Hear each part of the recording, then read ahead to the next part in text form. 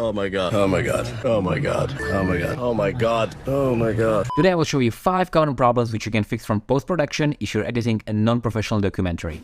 Here comes the tricky part, the end credits. I thought it was easy enough just slapping all the names behind each other and that's it, right? You are wrong! When I showed this to my film teacher, apparently it's much more complicated than it looks. This is the name of the film, but it doesn't need to be there. This is who it was paid by. It's the first slide because, well, it's their money. Sometimes you cannot change logos. You really always have to ask because for some reason they do not want a monochrome logo.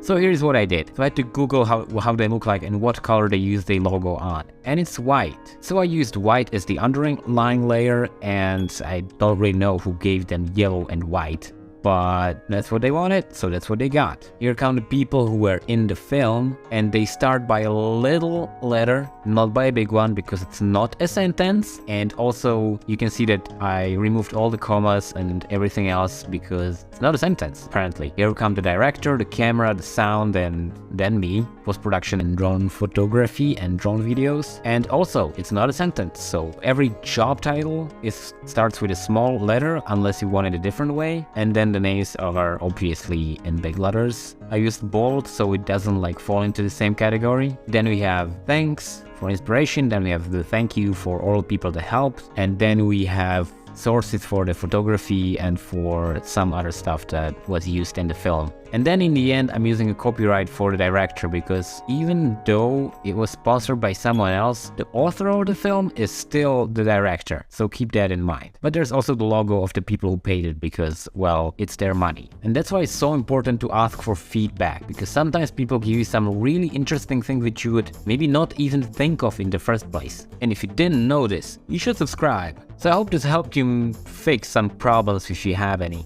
And if you like documentaries, check this video about these RGB lights right now. Okay, goodbye.